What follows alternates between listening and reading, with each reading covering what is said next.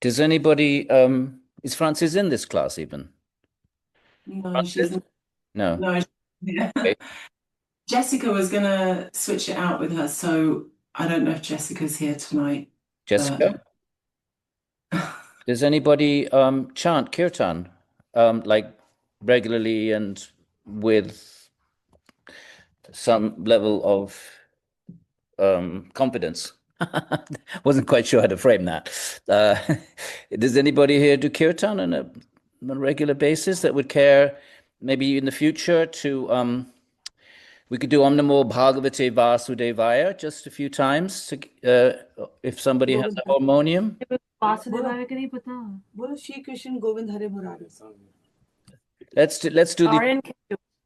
we can do the Narayana Namaskritya because that's how the well that's how the Mahabharata begins. So that's kind of like sort of a classical mantra. And Om Namo Bhagavate Vasudevaya because the Mahabharata what am I talking about? The Bhagavata Purāṇa. I come all over the place. I'm doing all of these different teachings, so I get more befuddled. Okay, anyway, if anybody knows how to play a harmonium with some level of skill, being very diplomatic here, just drop and would like to sort of maybe just 2 or 3 minutes before we start, lead us in a very simple Om Namo Bhagavate Vasudevaya a few times.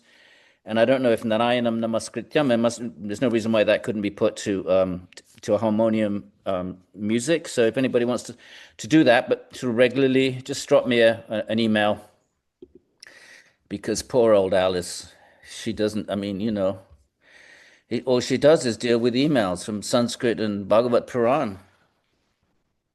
Her daughter's like, Mom, what happened to my mom? She's like, she's become captivated by Sanskrit. And okay, Narayanam Namaskritya, Naram Chaiva Narottamam, Daivim Sarasvatim Vyasam, Tato Jayam Udirayat. Namo Vishnupadaya Krishna Prasthaya Bhutale Shrimati Bhaktivedanta Swaminite Namine. Akhanda Mandalakaram Yena Vyaptam Characharam Tat Padam Darshitam Yena Tasmai Shri Gurave Namaha. Sri Krishna Chaitanya Prabhur Nityananda Sri Advaita Gadadhara Shivasadi Gaur Bhaktavrinda. Hey Krishna Karuna Sindhu Dinabandhu Jagatpate Gopesha Gopika Kanta Radha Kanta Namostate. Tapta Kanchana Gaurange Radhe Brindavaneshwari Vishabhanu Sute Devi Pranamami Hare Priya. Apavitra Pavitrova Sarvavastha Gatopiva Yasmaret Pundarikaksham Sa Bhayabhyantara Shuchi. I think we left off at right 2-4. Did you say, Alice? We did 2-4. We're at chapter 19, right? So let's quickly. Did we do this? Did we start this chapter? yeah, I think we just started it, maybe the first couple. Okay, well, just quickly then. So he had this Rajasic moment, and we know that Rajas, is thirsty. So Rajas can be an innocuous thing like thirst. It doesn't have to be some sort of unnecessary desire for some random, frivolous object of the senses.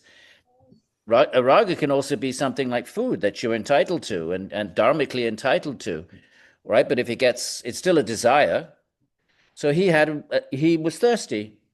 And then when Rajas, in the Gita says this very nicely and succinctly, when Rajas is unfulfilled, it morphs into tamas. It becomes destructive and negative. If you have you can pay attention to your own lives. When you have a strong desire and it doesn't get fulfilled, you get nasty. Or, you get cranky or frustrated or pissy, as they say in the UK. I don't think they say that in the States.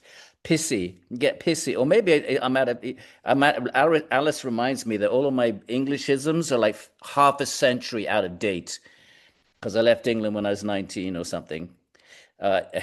So he had the Rajasic moment which morphed into tamas. And now he's, calmed down. Maybe he found a drink. But meanwhile, the king, thinking about the offense that he had done, because the texts are pretty big on not offending Brahmins. If you want to be a Marxist, you probably say something like, who wrote the text? Brahmins. So naturally, they put in all these clauses about. We were talking about one yesterday in the Bhagavad Gita class at Rutgers. Like we were talking about in the text, it says, how do you become a disembodied being at death? Because every culture pretty much known to anthropology believes in kind of disembodied beings. You might call them ghosts or spirits. And the Purāṇas say, if you die under intoxication, if you commit suicide, bad idea, because you're only killing your body, but the frustration's in the psychic body, in the mind. So if you commit suicide, that psychic body goes with all the frustrations, all of that, whatever drove you to suicide is now still in the psychic body. And now you don't even have a physical body to try to do anything about it. So not a good idea. But anyway, the point is, so the text say 3 people. So it was right. The Brahmins write this, right? 3 people become ghosts: those who commit suicide, those who die under intoxication. And then you could see there's probably an old Brahmin with all these young students, and the Brahmin has an attractive wife, and he adds, and sleeping with the guru's wife. He sticks it on the bottom of the list. The 3 people who become ghosts. So always keep in mind. I mean, we're not Marxists, and we're not particularly, but sometimes these lenses do actually add insight into the text. We can't avoid, we shouldn't just blithely overlook the power dynamics going on in these texts, a particular caste power dynamics and so on and so forth. I mean, I'm teaching in a traditional modality, not in an academic one, but if you was to study this material in an academic context, you'd be paying a lot of attention to, especially in the humanities today, it's all about power, power, power. Right? What are the subtext? What's the subtext? What's the agendas underpinning the construct of whatever it is, social system, or a sentence like this: I performed a despicable deed, as if I were a non-Aryan. Look, therefore it is certain, verse 2, that a terrible calamity will very soon befall me because of the offense I performed against this divine being. So the Brahmins certainly, are writing the text and most definitely putting themselves in a pretty untouchable space. As a matter of fact, in the Dharma Shastras, Brahmins are not, there's no penalty for Brahmins. It's almost like they can do anything they want. So again, we can pay attention to this, even as we don't want to start, Marxist type of interpretation. I say Marxist because Marx, as you know, these are all atheists. People like Freud and Marx and Durkheim, all of these great theoreticians of religion after the Enlightenment, when they're theorizing about what is religion, and they're atheists. So for them, there is no God or soul. And if there's no God or soul, well, why are these? So therefore, any tradition that's presenting itself as like divinely inspired or leading to the soul is nonsense for them. And therefore, they're asking themselves, well, since there isn't a soul and there isn't God, then these are just human constructs. And what causes people to write them? And therefore, they're interested in what's the agendas of the agenda of those people who invent religion, essentially. And so they're very much about, power, because Freud was, had his weird ideas about incest and the rest of it. But a lot of it's about power. And from that, you get the genealogy that goes from Marx to Foucault to pretty much the humanities today, which is much more interested in context and power dynamics than it is in content, in philosophical content. So if anybody's interested in studying this stuff in academia, I suggest they go to a philosophy department and not to a religion department, because religion departments are going to be very much interested in social and context, specifically in the issue of, who's writing these texts and what is their real agenda. Okay, I just wanted to throw that out, but let's get back to this. So Some of you are academics, you may or may not agree with that. So therefore it's certain that a terrible calamity will very soon befall me, right? Because he's offended a Brahmana. I performed against this divine being. And remember, the real Brahmana is Sa Brahmanam Veti, Yah Brahmanam Veti Sa Brahmanaha. The real Brahman, if it's a real Brahman, fine, it's a divine being. Because a real Brahman is one who knows Brahman. But already in the Upanishads, there's this tension between Brahman knowing Brahmanas and caste Brahmanas. There's a lovely story with Shvetaketu's father saying, we're not that kind of a Brahmin that just thinks we're Brahmins because we're of caste. Oh, we are yogis. And already in the old Upanishads, you get this demarcation between a real Brahmana who's supposed to know Brahman and simply a caste Brahmin. And we saw in the story, right? The kid is like, I was calling him a punk Brahmana, and he's a caste Brahmin as opposed to the father. Okay, so this sort of tension, it goes back into the earliest literature. So, since I'm so wretched, verse 3, let the fire of the Brahmanas rage even today. So this idea that the Brahmanas have powers. I mean, even the kid had powers. He could curse. So therefore, what to speak about a real Brahmin? And we know that the whole 3rd chapter of Patanjali is all about powers. Mystic powers, and then Patanjali says, well, real yogis are not interested in these powers, only those whose minds are vyuttana, outwardly going. But the real yogi is interested in inwardly going to realize the Atman. No interest. The powers are things you do in the external world. Levitate, walk on water. What's that got to do with the yogis, the real yogis seeking the Atman? But powers are there. And in the first, if you know the Yoga Sutra, chapter 4, which, we don't really get to discuss much, the first verse, Patanjali says there's 5 ways of getting powers. And only one is samadhi, the yogic way, austerity, mantra, herbs. Herbs, they like that on the Lower East Side. Herbs, and I forget the 5th, right? So you can get powers just by tapas. So the Brahmanas are in this text at this age. So this would be, I think this text is. Well, I'm not going to get into dating, because then it's just a, one speculation built on another. So yeah, look, Florence is all excited about herbs down there. But at this period of time when this text was written, Brahmanas had powers; they could curse, and certainly that was an offense against a Brahmin would be something to be worried about. So he's worried about it, but he's also a yogi. He's not just worried because he's going to get cursed. Look at the way he's dealing with it. Let this freely occur, this curse, to absolve me of sin. He's taking it. Oh, it's my karma. Fine, great. Let me burn up this karma. He's not like we would be sort of, if you were told you're going to die in 7 days, we'd be desperately clinging for life. That's one of the kleshas of Patanjali, the 5th klesha, abhiniveshaha, clinging to life and desperately, just freaked out. But he's not a real yogi. Yogis embrace their karma. They don't try to change it. Let this freely occur to absolve me of sin, so that I never commit such acts again.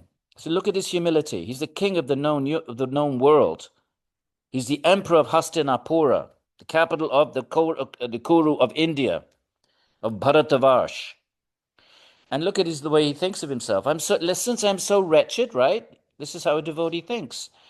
That they've made an offense against somebody and they feel, desolate about it. It's very interesting, and I just add something here. It came up in class yesterday. There's no corresponding word for guilt in Sanskrit. If you look it up, it says things like dharma, prayaschitta, atonement, but there's nothing corresponding to guilt in a kind of and I think it's so powerful, maybe in Catholicism and Christianity, because of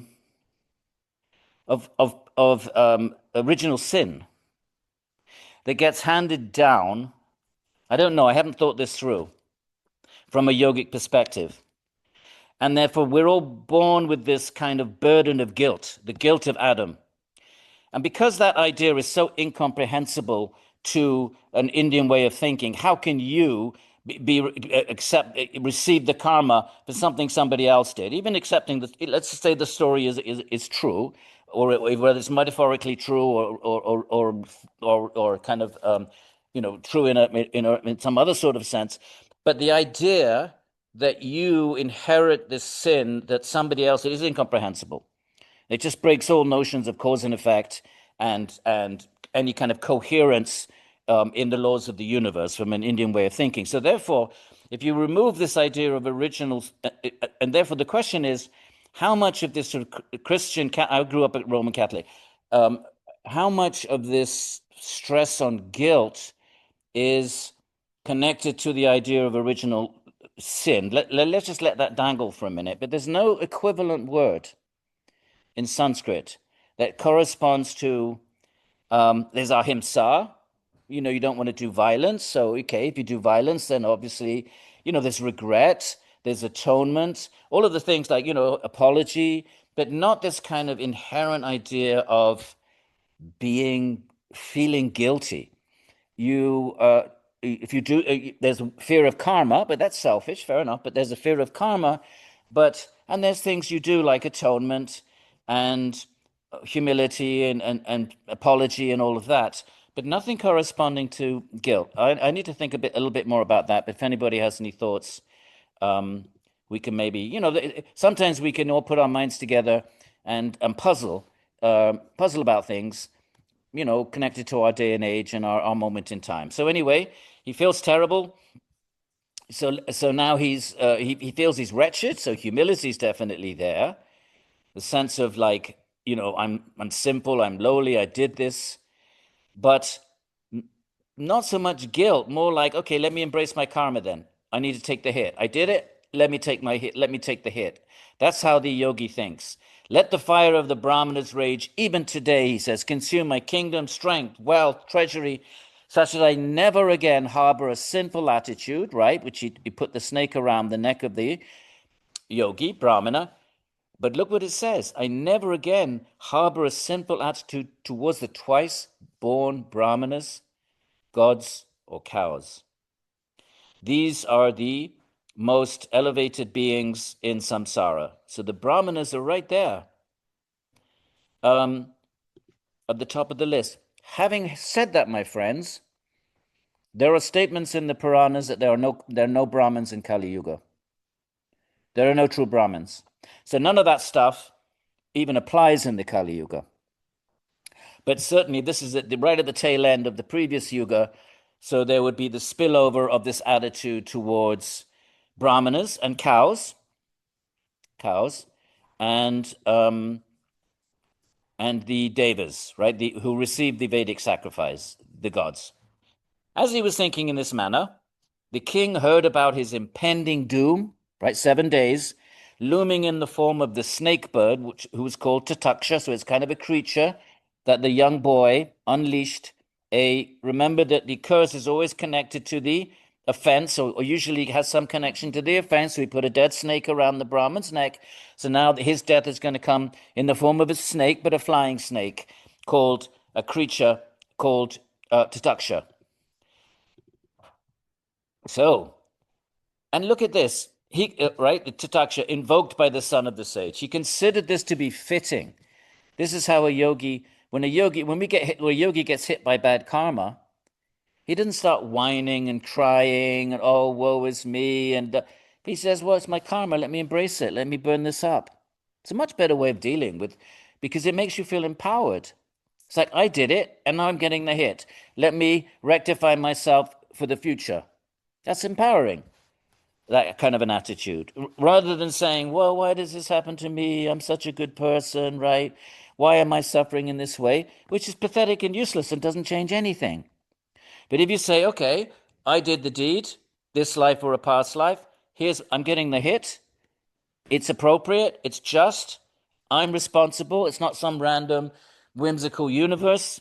And let me take that hit and let me adjust my attitude for the future. It's exactly what the king is doing here. So So he says exactly, adjust his attitude. May I take, right, let the fire of the Brahmanas rage even today, consume everything, right, such that I never again, he wants to adjust his attitude. He wants to take the hit, pay the price, such that I never again harbor a simple attitude towards these, the Brahmanas, gods or cows. Notice the cows, everybody. The cows. We've forgotten about the cows now, but there are cows that are still revered in India. We've spoken about this, but have been displaced. They no longer have a function. The bulls have been replaced by the tractor, and India, the urban centers are so bereft of, cows are left to wander. They're not killed because of this leftover culture. They're still not killed. I bet they'll start killing them with maybe even within our lifetime. In Bengal, they do. Certain states, it's already legal, or it was. I don't know about the BJP but it was before the BJP. But anyway, so they just wander the streets, and it's really quite sad because there's no food, and they eat garbage and plastic bags and. But anyway, the cows are up there, the Brahmanas, the celestials, and the cows. As he was thinking, right? So the king heard about his impending doom, looming in the form of the snake bird Tatakshaka, which was invoked by the son of the sage. Right? He had this ability to had a mystic power that he invoked by means of mantra, which is one of the ways mystic powers can be harnessed in Patanjali Yoga Sutra, chapter 4, verse 1. One of them is mantra. Right. He considered this to be fitting, did the king. Look at this. He was attached to worldly life. He thinks, well, this is good. Now I can become detached. I've only got 7 days to live. So great. This is a blessing. I've got, I have my beautiful wife and family and palace. I'm attached to it all. This is going to help me out yogically. He was attached to worldly life, and the fire of Takshaka would soon be the means of his detachment. He recognizes, as all yogis do, they think everything is actually helpful to their yogic journey. There is no such thing as a bad thing. A bad thing is something that simply makes you, adjust your way of thinking, or burn up karma, or teach you a lesson. But everything is beneficial for your yogic path if you apply that lens to it, as did Parīkṣit here. So, Parīkṣit gave up any desire for this world and the celestial one. Remember, the world of the celestials. And he had anyway long determined that they should be renounced. Isn't it? I mean, many of us feel like we should renounce, but when it comes to it, we drag our feet. And unfortunately, we drag our feet till the moment of death, and then it's too late. But he's blessed because he knows 7 days. He can't let his mind play games. Our minds play game. Oh, later, I'll renounce later. I'll give it all up later. Well, right now I've got my family. I got this. I got my dogs and my pets. I have to feed the cat. Oh, I can't renounce now. Oh, it's always later. That's just even sincere yogis. But then, of course, next thing we know, we're dying. And then where's the later after that? It's too late. So he goes, anyway, he had long determined they should be renounced, considering service to the lotus feet of Krishna to be superior. So service is how we develop our love for God, right? This word love of God, we brandish about rather loosely and, a little carelessly. Actually, love in the Indian system is service. If you love someone, you want to please them. And therefore you do things to please them. And doing things to please someone is service. So therefore, love is service. That's how you serve. And so therefore, what is bhakti yoga? We serve, right? We follow the paths of the traditions that lay out how do you serve God. So that we do pujas, we do mantras, we do these things that the sacred texts suggest are pleasing to Bhagavan. And so we do them as service, in that attitude of service.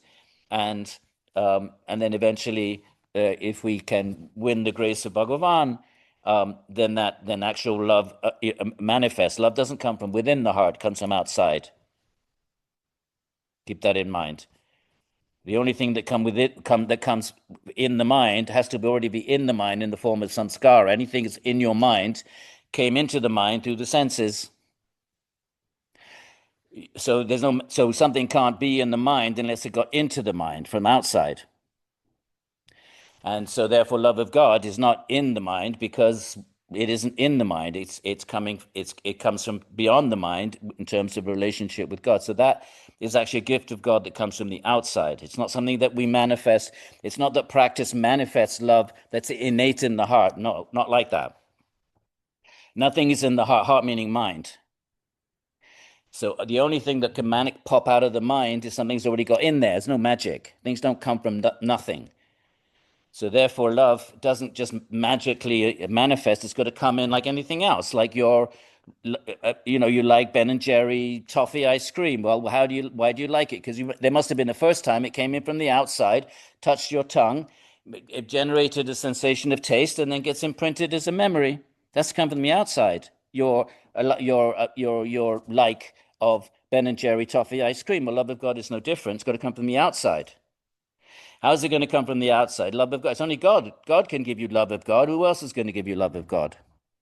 So therefore, bhakti is about trying to attain the attention of, somehow by our little acts of service are about trying to earn or win is a better word, the affection of Bhagavan. It's no different than if you're, I don't know, mundane world. You're dating someone. Don't you do stuff for the first month? And then it's like, okay, well, enough of that. So it's no different from, from mundane relationships. Now, so he then sat down to fast to death on the bank of the Ganga River. It's got 7 days. He knows. Exact timeline. He doesn't want anything to interfere with, he's going to ask, what do I do with my mind now? So he doesn't want any distraction. So no eating, no sleeping. It's for real. 7 days. It's for real. It's not theoretical. For us, it's theoretical. We know in theory we're going to die. So because it's only theoretical, we don't take it very seriously. This is what Abhiniveshaha is, by the way. Those of you that know Patanjali, the fifth glacier is clinging to life. What is it? What is it actually? Yudhisthira Maharaj in the Mahabharata captures it perfectly. He says he had to answer 100 questions, blah blah blah. And the last question got them all right. Last question: what's the most amazing thing in the world? And Yudhisthira goes, most amazing thing in the world is that even though we see death everywhere, our parents have died, or historically everyone has died, everyone is neighbors, people dying all around us. Yet the most amazing thing in the world is we don't believe that we are going to die. Not today. Theoretically, we know, but we don't think we're going to die today. That's Abhiniveshaha, is a form of clinging to life, the fifth klesha, which is Abhiniveshaha, clinging to life, fear of death, and this idea that, okay, it's not going to be today. I still have a little time. That is a klesha. So Parīkṣit was not able to play that game. His mind was not able to play that game with him. 7 days, precise, to the minute. So that was a great blessing. Anybody else would be freaked out, like, oh my God, I got 7 days. He was like, this is the best thing that ever happened to me. Now I know for sure when I'm going to die. So he's fasting to death, right? Look at this. What person who is about to die would not worship the Ganga? She brings water made divine from the dust of the feet of Krishna, mixed with the beautiful tulsi plant. She purifies both worlds, earthly and celestial, along with their celestial Lord. So the reason that the Ganga is considered sacred in Indian traditions, I've been going around chastising people for using the word mythology, including most recently the Vedanta Center. According to the story, there's an incarnation of Vishnu, and the story, it's a beautiful story, where Vamana Dev is an incarnation of Vishnu, takes the form of a little. Hang on, I'm mixing up stories. So anyway, this incarnation of Vishnu takes 3 steps, and one step he traverses the whole. Okay, it's Bali Maharaj is the king of the demons, but sometimes you could be a demon, the king of a demon, and still be a bhakta. Bhakti's got nothing to do whether you're demoniac or anything.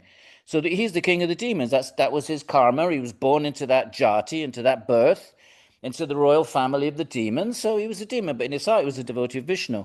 So he's like doing what demon asuras do. They're like, English football hooligans. They just create, they just create trouble. So Vamana comes down, incarnation of Vishnu, and because he's a Brahmana, then Bali, who is a king of the demons, he's still respectful of Vedic culture. So he says, "Oh, you're a Brahmin. I'll give you what you want." And so Vamana says, "Oh, I don't want anything. Oh, come on. I'm the Lord of the universe. What do you want? Oh, I want 3 steps of land." Says the little Brahmin, because the demon is insisting. So then, and the king goes, "Is that all? I can give you anything you want? Yeah, it's just 3 steps of land." So then, I'm getting the story a bit wrong, but it doesn't matter. So how does the Vamana morph into Trivikram? I can't remember. I'm mixing 2 stories up. But then one step of land, he covers the whole world. The second step of land, he covers the whole universe, and connected to the Ganga verse we just read, his big toe pokes through the coverings of the universe, and the celestial water pours into the universe, bounces on floods into the celestial realm, comes down to this earth. But it's so powerful. You've seen, if you look at a deity of Shiva, you'll see water on his head. Look at the statue of Shiva when he's sitting. You might see kind of this water imagery on his head. But he has to break the fall of the Ganga. Otherwise, it will shatter the earth. So he bears it on his head, and then it flows down to into the earth. And that's why the Ganga, this verse just said, right? The verse just said that the Ganga she brings water made divine from the dust of the feet of Krishna, because in this incarnation, the Ganga touched the big toe of Trivikrama. Trivikrama means 3 steps, the incarnation of Tri, Krama, Kram, steps. So that's why the Ganga is sacred, to touch the feet of Vishnu. So that was the second step. And then the third step, and then he says, then the little boy says, "Well, you promised me, you got to keep your word now. You're an honorable warrior, king. You might be king of the asuras, the demons, but back then you give your word. It was your word. Where he says, but I've covered the universe. Where's your third step you promised me?" And so the great king of the asuras, he sort of bows his head and he says, "Put your third step on my head." And that was his devotion, surrender to Vishnu. It's a very beautiful story. And it's Trivikrama. So, who would not worship the Ganga with a story like that? She brings water made divine from the dust of the feet of Krishna, mixed with a beautiful tulsi plant, because wherever there's Krishna, he always wears a garland of tulsi. If you're a Krishna bhakta, certain things are Ishvara specific. So if you're worshipping Vishnu or Krishna, you always have to put tulsi on every food item that you worship. And they wear tulsi garlands. So we have our altar over there, but if you don't have tulsi, as my friend's house, if you don't have tulsi, then the texts, Hindu texts they're very liberal. They always say things. Okay, tulsi, fresh tulsi. Okay, you don't have that. All right, dried tulsi. Okay, you don't have dried tulsi. Well, touch the food with a tulsi stick. Oh God, all right. Don't even have a tulsi stick. Fine, mental. And they always end up mental. Do it with your mind. So it's very gracious and liberal. There's no one is denied bhakti on any level whatsoever. If you don't even have the ingredients for your puja, you just do it mentally. It's all about sincerity and of the heart, bhakti. Unlike Vedic ritualism, you get one phoneme wrong, one phoneme in your mantra, sacrifice is you start all over. And Patanjali, right? You Chittavriti Nirodha, one thought, but you're not no near bija samadhi for you. So these other traditions, you have to be 100% precise. Not bhakti. You don't have Tulsi, okay, offer it in your mind. It's all about love, my friends. That's bhakti. It's a very different category of thing. So, on we go. So, having thus resolved, right, verse 7. So Ganga, right, purifies both worlds because she also, comes from outside the universe. So then she first flows into the celestial realms, right? The both worlds mean the celestial and the terrestrial. Here we are, earthly and celestial. Along with okay. So having made this resolve to sit on the banks of the Ganga, to fast unto death, right? Parīkṣit, the descendant of the Pandavas, the 5 Pandavas, sons of Bandhu, firm in the vows of a sage. Now he's stopped being a king, and he's now doing this tapas. So now he's in the realm of the yogis. The yogis renounce the world. 2 types of yogis, Krishna says in the Gita. And, there's those who renounce the world. And then Krishna says, but there's this karma yoga, this other kind of yoga, but it got lost. It was the beginning. I gave these 2 yogas and they came down, but one got lost. Yoga nashta parantapa. Evam parampara praptam imam rajarshayo viduhu sa kalena ha mahata. After a great period of time, yoga nashta parantapa got lost. So then Krishna comes in the Gita and he says, I'm reestablishing the lost yoga, right, which is karma yoga, which act in the world but don't be attached. And he chooses Arjuna as his recipient, and then this karma yoga then floods into the world through the Gita. But before the Gita, because the karma yoga had been lost, the other yoga was the inactive yoga, which is Patanjalian. That's not social yoga, right? We just saw what happened when the sage Shamika was in his little hut, and Parīkṣit came in looking for water. He didn't even hear him. So that's the inaction yoga, taken to its actual grand finale. You're in near bija samadhi. You're not aware of anything. Your senses are closed down. Forget about working in the world. You're not even aware of someone tapping you on the shoulder. So therefore he's now firm in the vows of a sage, not in the vows of the king. He's renounced that now. He gave up his kingdom.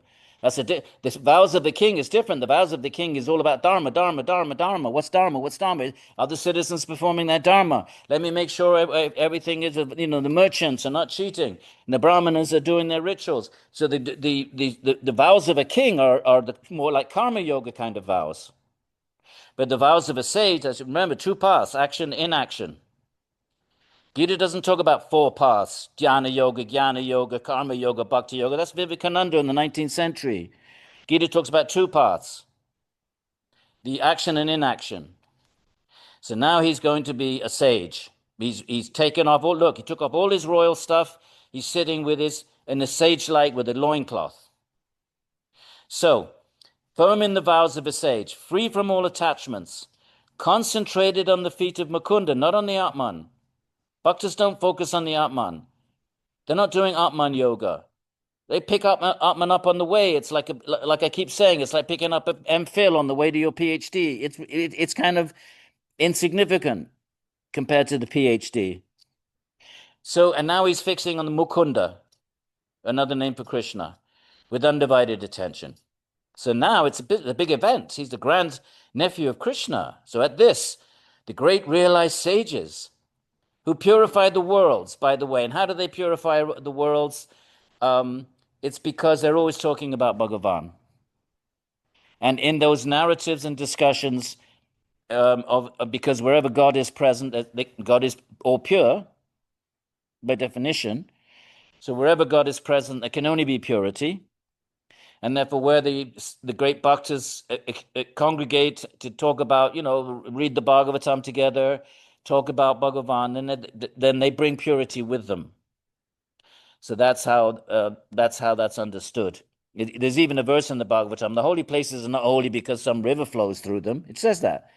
We just read about how the Ganga is purifying. So that's one point being made, but sometimes, texts seem to contradict itself because different points are being made. But later on, it's going to say, actually, the holy place isn't holy place because all the holy places are in India, by the way, are on holy rivers. But the Bhagavatam says it's not because of the holy rivers, it's because the great sages go there. And it's the great saints that make a holy place holy. So different things stated in different places.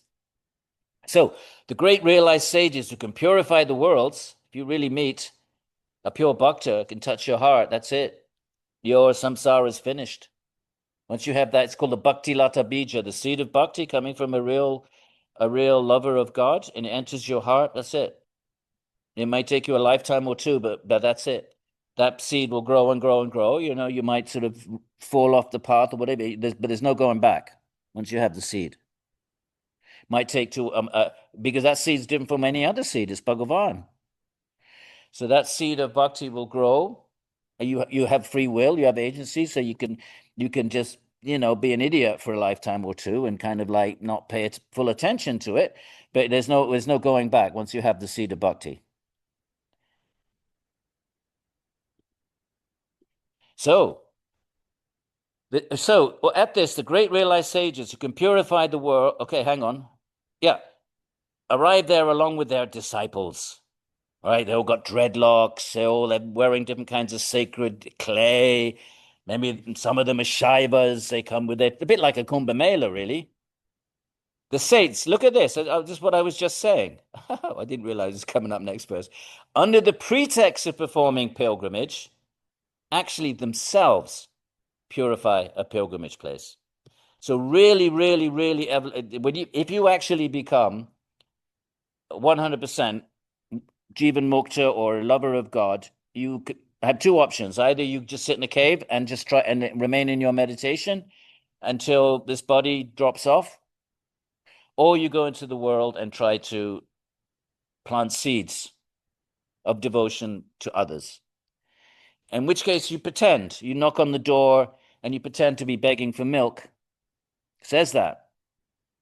But really you're giving the householder a chance to say, oh, Maharaj, aiye, padhariye, aiye, and you offer you something. And invite, and then you give the householder a chance to invite you in and ask some real questions about real things. Maharaj, how do I get bhakti? And one thing I found with my own teacher was an amazing scholar. He was, he had the first printing press in Vrindavan. He published, he set out to preserve the literatures, right, with the advent of the British and the printing press, and he was known for that. He was a Baba, complete Baba, but actually, what happened was he left home at 7 and just walked to Vrindavan. It was kind of a fairly common story for that kind of an amazing being. And when he was in, I don't know, middle age or early old, when he was at a certain point, his sister came and said, the parents were immensely wealthy Bengal Thakurs, landowners. And the sister said, oh, you've inherited all this money. He was a Baba living under the tree. And of course, he could easily have just renounced it. He spent 50 years in extreme renunciation. But he took the funds and he built the Goshala. You all heard me talking about the Goshala. He built this beautiful Goshala and he bought printing press. And rather than renouncing it, he used the resources, the printing press, to print books on the Krishna devotion. And we just read about the three things, right? The Brahmanas, the celestials, and the cows. So he's in that generation of Brahmins that the scriptures, their world. They live that world. So, and especially in the Krishna tradition, I mean, in general, cows are worshipable, but all the more so in the Krishna tradition because of Govinda. Go means a cow. Govinda, Gopala, Gopinatha. Half of the names of Krishna have a go stuck in there. So Krishna, so it's all the more enhanced. So he built this Goshala. And I was going somewhere else with that. And it'll come to me in a minute. So what was I going to go? All right. Why your guru was a great scholar. No, but I had something else at the back. I was going somewhere else with the story. It'll come to me. Right. So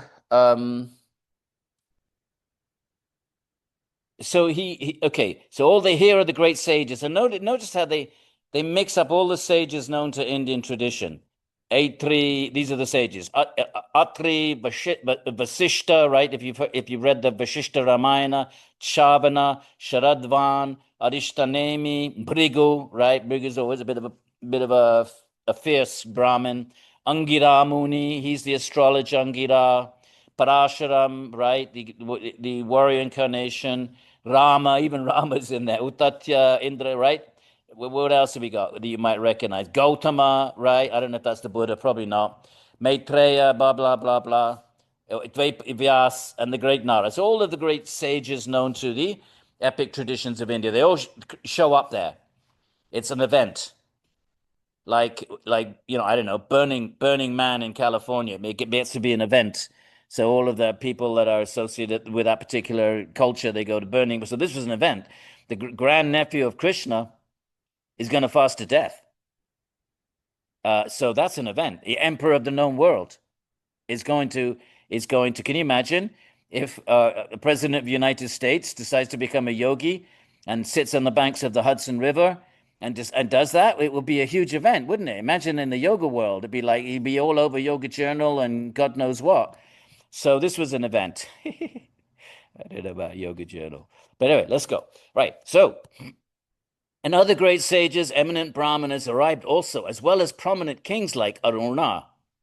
The king honored the eminent sages from various lineages that had gathered there and paid obeisances by bowing his head to their feet.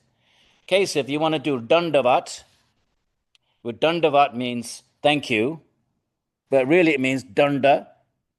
But like a stick, you go right, you do full obeisances. If you want to really go overboard with honoring, the deity in a temple, you do full dandavat, and also, to honorable people. So he did that, right? Bowing his head, right? Now, when they were seated comfortably, and he, Parīkṣit, had once again offered homage to them, right? Namaha, Namo, and all the namahas. The king stood before them with hands folded in supplication, his mind completely detached from worldly affairs, and he informed them of his intentions. And he starts off with these words of humility. Aho! Remember, this is not aho. It's not an Irishman on a 19th century wooden boat, seeing land in the distance. Ahoy! Land ahoy! But it is an expression in aho is very common. Bo and aho. Bo is kind of like, some marvelous thing, like wow. And aho is kind of similar. These are exclamations. So aho! And he puts himself down because of his caste as a warrior. Remember that warriors they can hunt, they kill, they have to they have to cultivate the Rajaguna. If you're going to be a warrior, you can't be sattvic. You got to be martially trained and fearless. You got to cultivate. You got to throw yourself into the thick of battle. Can't be doing that in the Sattva-guna. So therefore, the Brahmins are supposed to be sattvic in this ideal system, and the warriors are meant to be rajas. Rajas is just energy, my friends. It's neither good nor bad. It depends on whether sattva is pushing it or tamas is pushing it. So in the social order of ancient India, the warriors are rajas, but they're pushed by the Brahmin. It's in this ideal system, which breaks down in the Kali Yuga completely. But in this sort of idealized, just like we have idealized, notions of democracy and free press and all of that and justice, and of course it all breaks down. But back then it would be the Brahmins are supposed to be sattvic and no Brahman, and they're the sattvic, and they're the ones that then push the energy of the warriors into a sattvic direction that's benevolent for human existence, and this is a civic order. But if tamas gets into that controlling position, then of course it's a whole other story. But anyway, so he's rajasic, and he goes, look, the dynasty of kings is actually contemptible and look at this, his humility, deserves to be discarded far from the place where the water used for washing the feet of the brahmanas is found, right? So he's not just saying, oh, I should, because the feet, you all this business about feet, touch the feet, right? The idea is the feet is the lowest part of a person because they come into contact with the street. So the feet are dirty. So when you touch a person's feet, when you do this, and or if you do the full dandavat, you do it at the feet of the person, meaning my top part of me touches the lowest part of you. That's an act of humility and surrender. He's not even saying that. He's saying when the Brahmins wash their feet and take the dirty water and throw it somewhere else, I'm not even fit to put my head to the place where that water is thrown. So he's over the top kind of humility here. But that's what he's saying. Look, I'll read it again. It deserves to be discarded far from the place where the water used for washing the feet of the brahmanas is found. He's not even thinking he should be touching the feet of the brahmana with his head. He's too lowly for that in his mind, not even the water.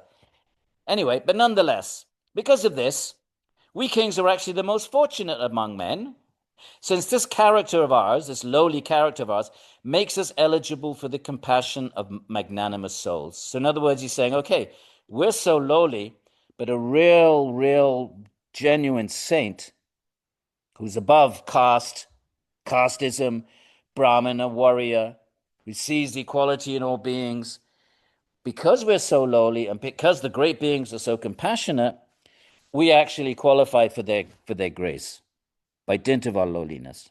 It's kind of a cool thing to say. So now he flips the narrative a little bit and says, nonetheless, we're actually the most fortunate because this character of ours, which one? This contemptible character, makes us eligible for compassion. I'm a sinful member of such a dynasty. I mean, this is the Kuru dynasty. This is Krishna's dynasty. How, I don't know. You could, he's maybe taking it a step too far because the whole dynasty elsewhere, it says it becomes pure just because Krishna takes birth in it. But anyway, look, this is just a narrative. Let's keep going. I'm a sinful member of the dynasty. My mind is always attached to household affairs.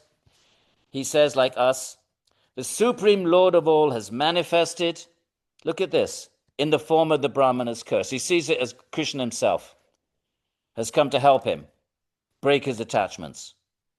And Krishna has arranged this whole thing and taken the form of the curse in order to help him break his attachment. That's how he's reading this curse. Rather than being freaked out, he's only got 7 days left to live. This is the thinking of a yogi, my friend. My friends, this is the thinking of a bhakta. It's how a bhakta's mind works. So he's seeing it this way.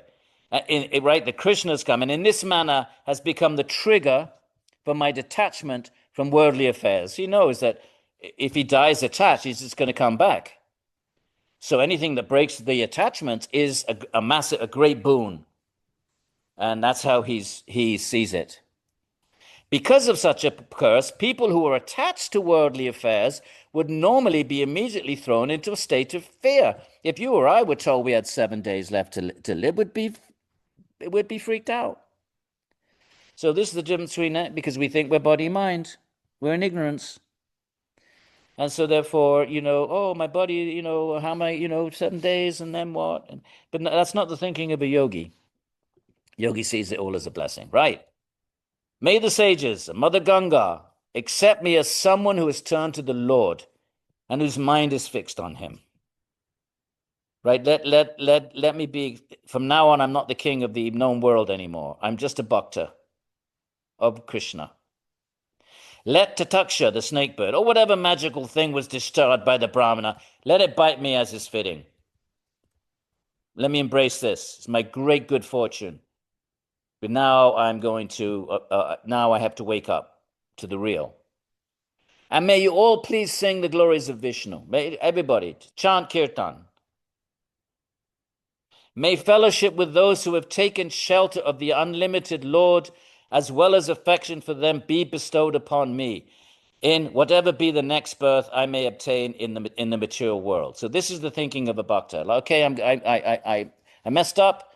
I'm going to have to be reborn if there is one request I can make, let me be reborn in a place where there are devotees of Bhagavan that can rekindle my devotion in the next life. That will give me their association. That's the prayer of the bhaktas. They never think I'm going to be liberated. No bhakta ever would think he's going to be liberated. Anyone saying that is not being humble, actually. You assume, of course I'm going to take birth again. Of course I'm not going to, I'm such a nonsense. My mind is full of desires. My japa is pathetic. All right? Of course you never for a minute think you're going to, become a pure lover of God in this lifetime. That would be absolutely, that's just not the thinking of a bhakta. So you assume, of course, I'm going to get reborn, but if there's any way I can make a request, it would simply be this: I want to pick up again next life, and finish, continue the journey. So I have to pick up again. I need the association of those who. What's going to waken up my samskaras from this life in my next life? How are they going to reignite the association of bhaktas? So you pray to be born in the association of lovers of God in your next life, so that they can then trigger your whatever you did in this life, whatever steps you took, and then you can keep going. So that's your only request. Let me be born. Let me be born in the association of bhakta, in the sangha of the bhaktas, right here. May fellowship with those, fellowship, which the Sanskrit is sangha, with those who have taken shelter of the unlimited Lord. These are bhaktas. They take shelter of God. They don't rely on their own yogic virtuosity. It's complete surrender. That's the path of bhakti. As well as affection for them. Be bestowed upon me in whatever be the next birth I may obtain in this material world. That's his only wish. And may I be a friend to all. Remember the Gita, see all beings equally. That's such a beautiful, beautiful, it's a beautiful stage, a beautiful vision to wish for. This is aklishta desire. There's klishta and aklishta desires. Not all desires are bad. Klishta desires, body, mind, take us away from yoga. Patanjali says, Britaya panchataya, klishta aklishta. Not all, the Brittis are klishta or aklishta. Are thinking, these kleshas. They can be kleshas and non-kleshas. They are things which take us towards yoga. So therefore, desires which are connected to the Atman and Bhakti, they're good desires. So don't think all desires are bad. Klishta desires are bad, but there's aklishta. What's the opposite of klishta? Aklishta. Why? No, people don't pay enough attention to verse 5 in the Yoga Sutra. There's not enough attention, not even the commentaries. They don't even make the connection between klishta and aklishta and the kleshas of chapter 2. Obviously, it's the same word. Klesha is a noun, klishta aklishta. Alice is what? From klish. What's klishta? PPP.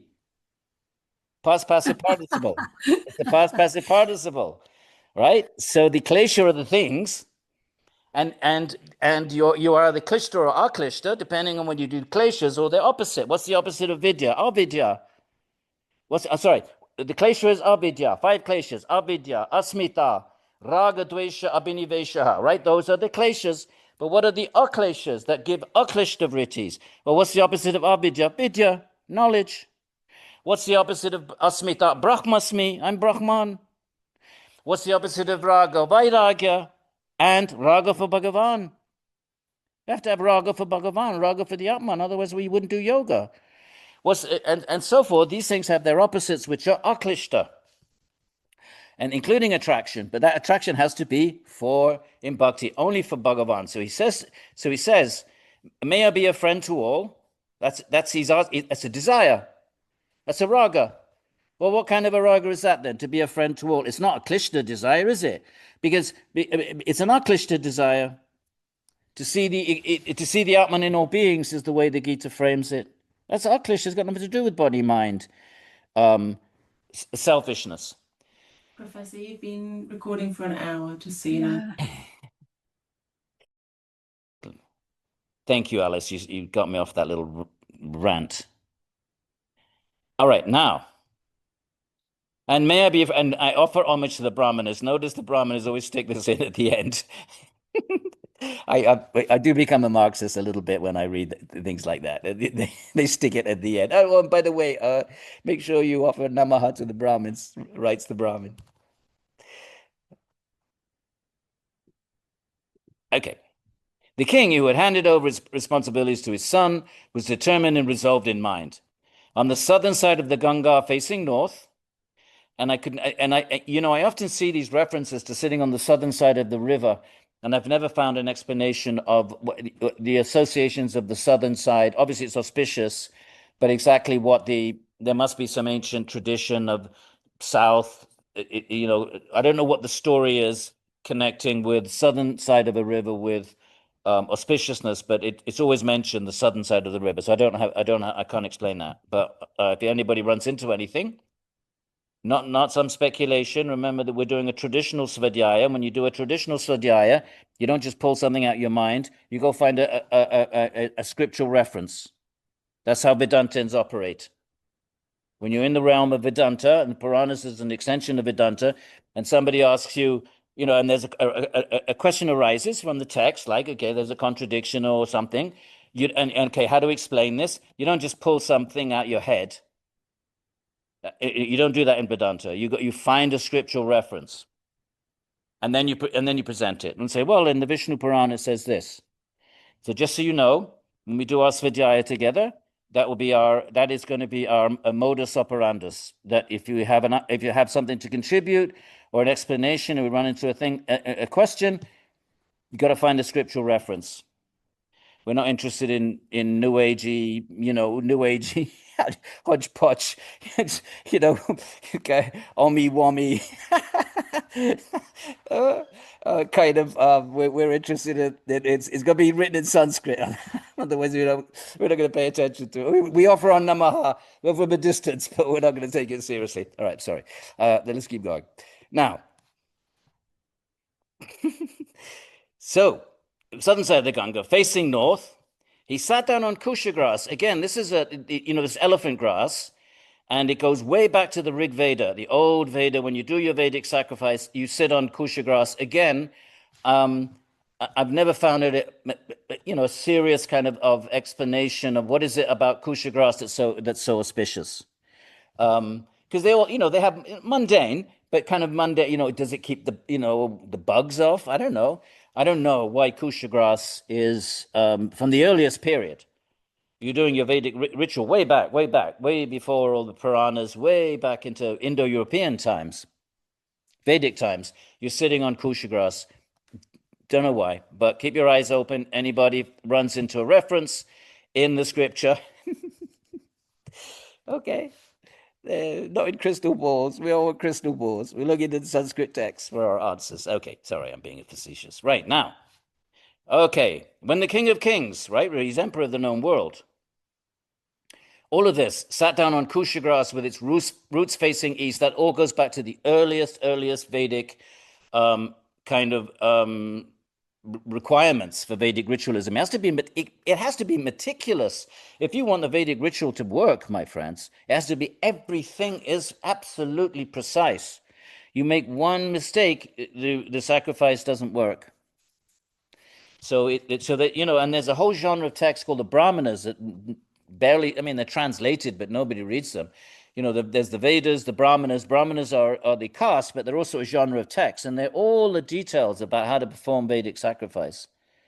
And they're very, very precise in terms of the things that has to be done. For example, you have to sit on kusha grass with its roots facing east. You can't be facing south. It won't work. The sacrifice won't work on that kind of level. So when the King of Kings was seated on that seat, by the way, and that's what asana is. Hello? Asana, a seat. Did everybody get that? Asana is a seat. That's what it means. You have to sit down to meditate. So therefore you might do your stretches, but only so that you can sit down without fidgeting. So here's my good friend Brahma Muhurta. Brahma, oops. You're saying hi to the great yogis and yoginis who are interested in Bhagavad Purāṇa. Hi. I'm up here at Brahma's, helping him fix up his cellar and to make it a Airbnb. So, banging in 2x4s. I'm breaking my thumb. Yeah. So, he's awaiting death, right? He's awaiting death, seated on that seat. The hosts of celestial beings in the heavens joyfully praised him, showered flowers on the earth, and played kettle drums continuously. Okay, I'm just going to tell you what the traditions say, okay? It's none of my business whether you believe it, don't believe it. I'm going to teach the text to the best of my ability according to what the texts are saying about themselves. In this tradition, in the previous ages, the celestials would participate personally at the Vedic sacrifice. They would be sitting around the Vedic, and they would participate in the celestials. And, this idea of this sort of, even the Greco-Roman traditions, you remember this is all coming from a common source. The names of the Greco, there's a whole article that looks at I didn't realize how extensive it was. I just thought, okay, Zeus is Jupiter, is Zeus, is Diauspater in Sanskrit. So Diauspater becomes Jupiter in Latin, which is Zeus in Greek. So some of them are well known, but I didn't realize how extensive the names of the celestials were. If you start looking in ancient Slavic, the oldest Slavic traditions, and there's got to be like this article by someone called Nick Kazantzas, who was an Indo-European linguist, looking at the common etymologies of the names of the devas. It was extensive. He's identified, I don't even know, well over 20-30. So there was a common Indo-European culture involving fire sacrifice. Now, from an Indian point of view, the Western traditions became overwhelmed by tamas. They would say the Brahmanas, they lost their Brahminical culture, and the Vedic ritual, the old rituals were brought into, Greece and Italy, but they became tamasic and killing animals and looking at entrails, and the whole thing became tamasified because of being severed from the Brahminical culture. But nonetheless, it's all part of it once upon a time, and it's really quite fascinating. I did my PhD dissertation on this. But once upon a time, there was a unified, not just Indo-European language, but culture, my friends. And originally they thought Sanskrit was that original culture. And then they realized that Sanskrit is actually it's the oldest, but it isn't the original because it has made linguistic changes. So therefore it's not the original as they might have thought in the 18th century when they first discovered the connections. But there was this culture, and basically European culture, other than Hungarian and Finnish and Ugric and a few pockets of pre-Indo-European. It still survive in Europe, but it's quite fascinating.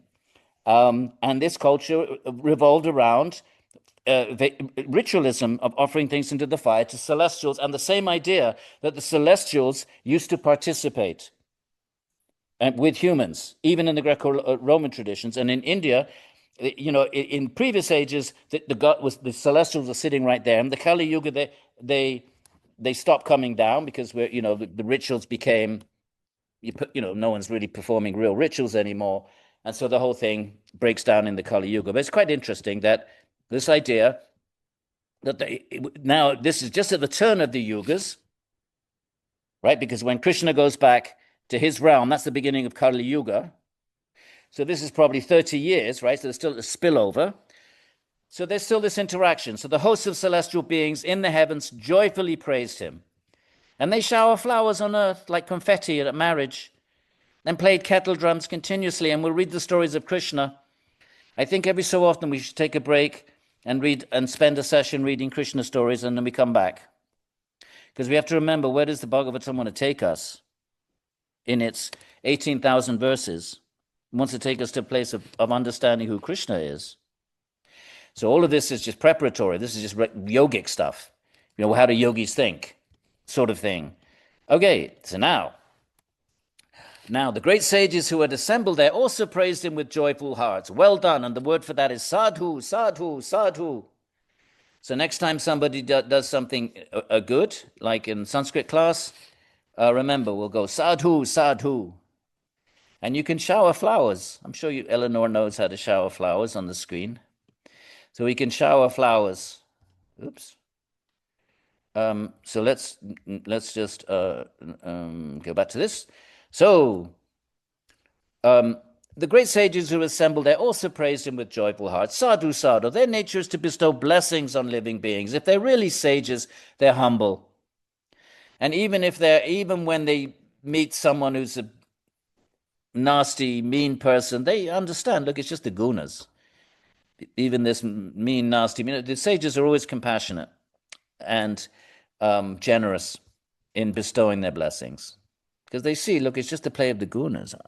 The Atman is always the Atman, just being tossed around in the ocean of the gunas because of misuse of free wills, right? So they spoke to him about the pleasing qualities of Lord Vishnu. This is what bhaktas talk about. They don't talk about the weather, whose glories are supreme. Oh, best of sage kings. Okay, this is the whole Bhagavatam is being recited. Okay, let's get back to that in a minute. Finish that sentence in a minute. Oh, best of sage kings, from among those who are devoted to Krishna, the bhaktas, there's nothing surprising about the fact that the ones who desire to become personal associates of Bhagavan, in other words, what is liberation for bhaktas? We know what liberation is for jnanis. We know what liberation is for Patanjali, Svarupa Vastanam, called aka Nirbija, aka Asampragnata. What is it actually? Svarupa Avastanam. It's an experience of pure consciousness. Infinite, eternal. Vedanta's going to say Satchidananda. They throw Ananda into the mix. But what's the liberation for bhaktas? They don't want that. They don't want moksha. Why do they want moksha? Because when you're in a state of moksha, of nirbija samadhi, of Svarupa Vastanam, you're not aware of anything. You're not aware of God. You're absorbed in your own pure consciousness. There's no relationship with God in jnana, in Patanjalian and jnana liberation. The goal is the Atman. And bhaktas accept that, but they don't want nothing to do with it. But it's hell. It says in the Bhagavatam it's hell, because hell is being separated from your beloved. So they want to go to the realms of Vishnu, these infinite realms in Brahman. They're called Saguna Brahman. They're realms made of pure consciousness, no matter there, no time, no gunas. But they're realms. This world is a reflection of that. How come we have name and form here? And we want to say that the cause is nameless and formless and qualityless? That doesn't make sense even from a cause-effect point of view. Whatever's in the effect must be in the cause. Otherwise, where did it come from? So if there's name and form and quality in the effect, then the cause must have name and form and quality. This is the logic of Vaishnava Vedanta. They reject Shankara and Advaita Vedanta robustly. So what is that liberation then? You take a form made of pure consciousness and you spend all eternity with whatever form of Bhagavan that you're in love with. And you just, I'm a Krishna Bhakta, so I want to steal butter and play with the monkeys in the divine realm. That's my thing. I'm not a Radha Krishna Bhakta. My lineage is actually Radha Krishna lineage. I have no interest in Radha Krishna. I'm a Gopala Bhakta. I want little Gopala. So, so whatever form you're interested, it captured you. You take a form of pure consciousness appropriate to that type of love. That maximize, like we take forms now because of our karma, appropriate to our karma. That's the forms we get in this world of Prakriti. Our forms are expressions of our karma, appropriate for that karma to be burnt up and new karma to be formed. So on a parallel but diametrically opposite sort of way, if you're a bhakta, there's infinite ways of loving God.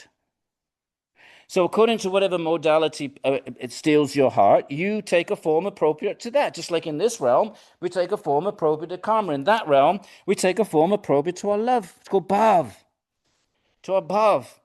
And that's the realm of Vaikuntha for the Vishnu devotees, Goloka for the Krishna devotees. And if you love Ma, you take a form appropriately. Mommy, just be careful of Kali. Well, I think up there, Kali, she probably in her divine realm, she probably puts her weapons down, right? It's only when she comes into the world of samsara, she's 16 arms, she goes to the armory, pulls out all of their axes. But probably up there in the divine realm of Ma, it's a different situation. Whatever the form you steals your heart. Why do we think that the absolute is formless and nameless? What a boring kind of liberation is that? Bhaktas want nothing to do with that. They want action and love, but all in pure consciousness. No matter, no time, eternal. So that's what this is referring to, right? There's nothing surprising about the fact that the ones who desire, they don't want moksha, Satchidananda, infinite eternal bliss. That's self-centered. By definition, Svarupa means self-centered. Verse number 3 of Patanjali, Svarupa, self-centered. They don't want that. They want God-centered. So there's nothing surprising about the facts of the ones who desire. What do they want? They want to be personal associates of Bhagavan. They want to associate personally in some form or fashion. Whatever you want. But it has to be 100%. You have to give up, like any yoga, 100% free of desire. Patanjali, you got 99% free, you die, come back, 1% to work on. So that's a sine qua non of any yoga, that you have to be vairagya, 100%, tatparam gunavaitrishnam, 100%. So bhakti is no different in that way, in terms of the basic fundamental requirements. It's just bhaktas want Bhagavan, they don't want just their Atman. So, there's nothing surprising about the fact that ones they desire to become personal associated, but where does that take place? This personal association in these realms made of condensed consciousness, Saguna Brahman, Vishnu realms are called Vaikunta, and Krishna divine realm is called Goloka. They renounced the royal throne. There were nothing to remember. Patanjali, Vairagya, 2 verses of Vairagya, right? How do you chittavriti nirodha, right? Abhyasa Vairagya, right? Abhyasa tatrastito yatna, right? What is abhyasa? You have to, make an effort to fix your mind. Dirghakala, nirantanya, right? You have to do it for a long time. Fine. What is Vairagya? There's 2 verses. The first is Vashikara Samjna, right? Your controlled mind, and you become disinterested from anything. But then it goes tatparam, higher than that. Gunavaitrishnam. Read it. Disinterested in the gunas. That means, what is the gunas? Everything that we know is gunas. Everything, the expanding universe, even if they discover multiverses and rebound, whatever physics comes up with, it's all gunas. And the highest rate renunciation is you disinterest in the gunas. That's all yoga requires, that high level of vairagya, and bhakti included. It's not a joke, my friends. We'll see you next lifetime, because I'm coming back.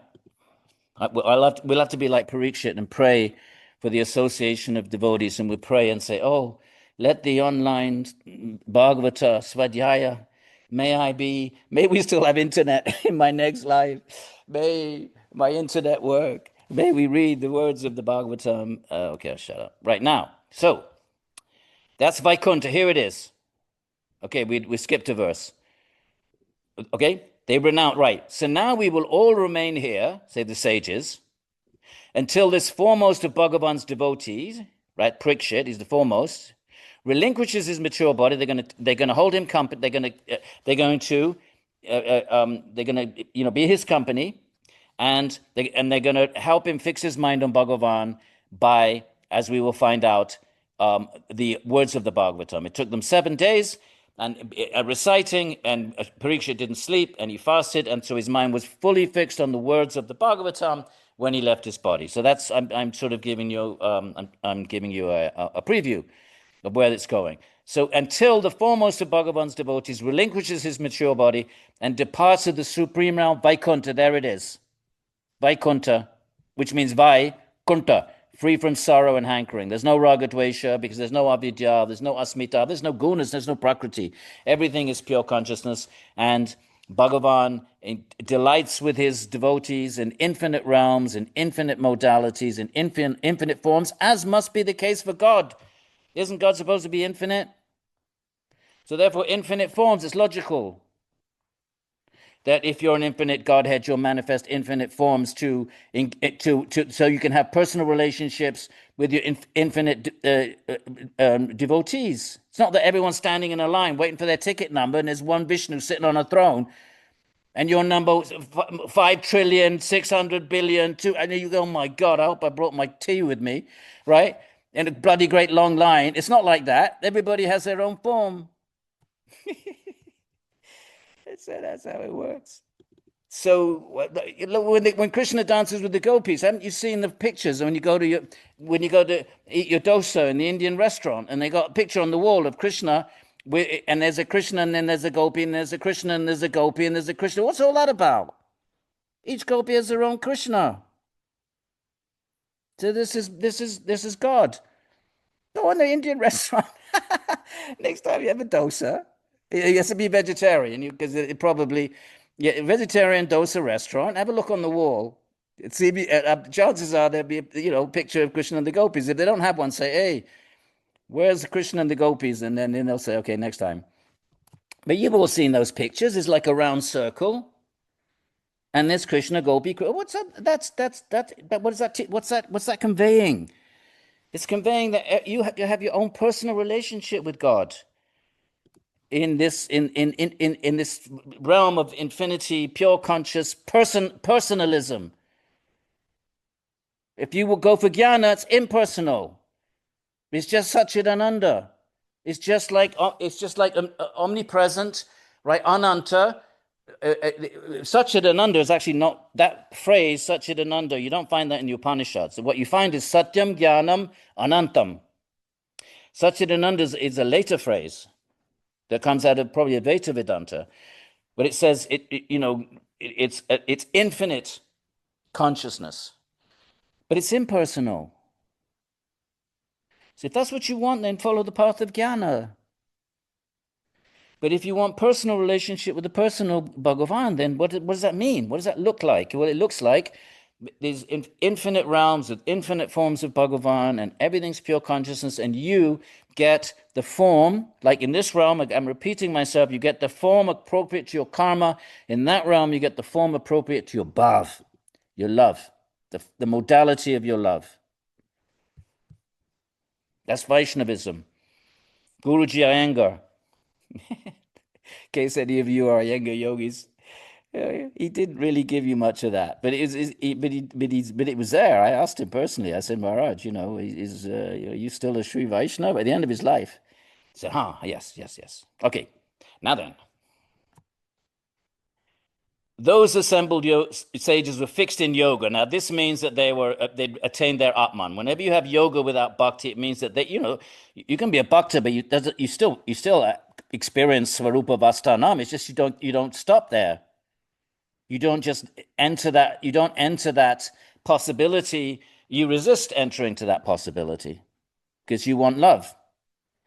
You don't want to you don't want an experience, even if it's bliss, ananda, like the Advaitins say. You don't want it. You want love, prema. It's 1,000 times for a bhakta. It's 1,000 times more meaningful. More, it's a much the bliss is desirable. So, all right, they fixed in yoga. Their words were impartial, right? No judgment, they see all beings equally. If you're partial, then it means we're not seeing equally. We favor this one and disfavor that one. Impartiality is automatic when you see this samatvam yoga muchyate. The definition of yoga in the Gita is impartiality. Samatvam is the word. That's the definition of yoga. It's not Chittavritti Nirodha in the Gita. Yoga, specifically, samatvam yoga muchyate. Yoga is said to be samatvam. Samaha, exactly the same word as same, sameness, seeing everything the same. So the sages are on that level. Profound, their words are profound, right? They don't chit-chat about nonsense. And true, sat. After listening to them, Parīkṣit, desiring to hear about the deeds of Vishnu, he wants to go just beyond yoga and all of that. He wants to know about Vishnu. He offered the sages his respect and he addressed them. to the sages, "You have all assembled here from all the corners of the world. Just as the Vedas, which are beyond the three worlds, manifest divine bodily forms." Okay, so the Vedas are considered eternal, and in Indian tradition, there's personality behind everything. So that's why the Ganga is a river, she's also a goddess. Sarasvati is learning, she's a goddess. So the four Vedas are books, but they're also divine beings. So the sun is the sun, but it's also Vivishwan, a celestial. So everything, especially powerful and eternal things, are actually the physical form of a celestial being. So that's why, outside temples, you have the deity of Ganga and Sarasvati carved on the outside to represent, the bringing of the rivers to the temple. So therefore, the Vedas have these divine forms. So that's what it's saying. That's what it's saying. So just as the Vedas, which are beyond the three worlds, right? They're not, as Marx would say, a construct of the human intelligence. They're not made up for some moral or other purpose, right? Ideological purpose. They're beyond the three worlds. That means they're eternal. They manifest in different periods. They may be manifest, they may be unmanifest, like karma yoga. Remember in the Gita, Krishna says, well, I gave in the beginning and it got lost. So sometimes knowledge systems can get lost, things can get lost. And we will mute everybody before somebody says something embarrassing. Participants, mute all. All right. So Vedas, then so all of these, everything that's written in these texts can be unpacked and help us understand the world of ancient India that much better. So the Vedas are beyond the three worlds, and they manifest divine bodily form. They're divine forms, celestial forms. Now, one whose nature is to bestow grace on others, the great sages, has no other purpose whatsoever, either in this world or the next, other than to do this and bestow grace. If you realize your Atman, if you're a Gyani, and you've developed you've been bestowed love of God, if you're a Bhakta, there's nothing in the world that interests you. That's even Patanjali says Tatvaram, the Param Vairagya. So why do you stay in the world? Just to help others, to grace others. That's, by the way, the Jivan Mukta and the Bodhisattva of Buddhism. Beautiful concept in Buddhism of the Bodhisattva who actually could enter into an eternal nirvanic state, but refrains from doing so in order to reach out to others. And in the Indian equivalent to that is the Jivan, alive, Mukta, but liberated. Right, Alice? What's Mukta? I'm picking on Alice because she's up there. What's Mukta? Much is the root. Mukta is? It's the same thing, PPP. Mukta. So you know what Mukta is cognate with, by the way? I've told you this before, haven't I? Do you remember what the word mukti and mukta is cognate with in English? Mucus. If you think about it, sometimes the cognates are, it takes you a second or two to see the connection, but mucus is a freeing up of stuff. It's freeing of the fluids from your body. So it's connected with this idea of freeing. So sometimes over 5,000 years, or however long it was since the language is split, obviously, semantics takes different directions. So liberation in mukti is the liberation of fluids, in English mucus. You can see the connection once it's been pointed out to you. Now then, I never know who I said what to, or anyway, so it's all good. Okay, here it is. Now, pay attention, my friends. These questions, the entire Bhagavatam, 18,000 verses, is a response to these questions. Okay? If you're on Rutgers, they'll be on your midterm quiz. We give you a midterm quiz. What do you think? Midterm, Talissa, should we have a midterm exam? Diana, you want to have a midterm quiz? No?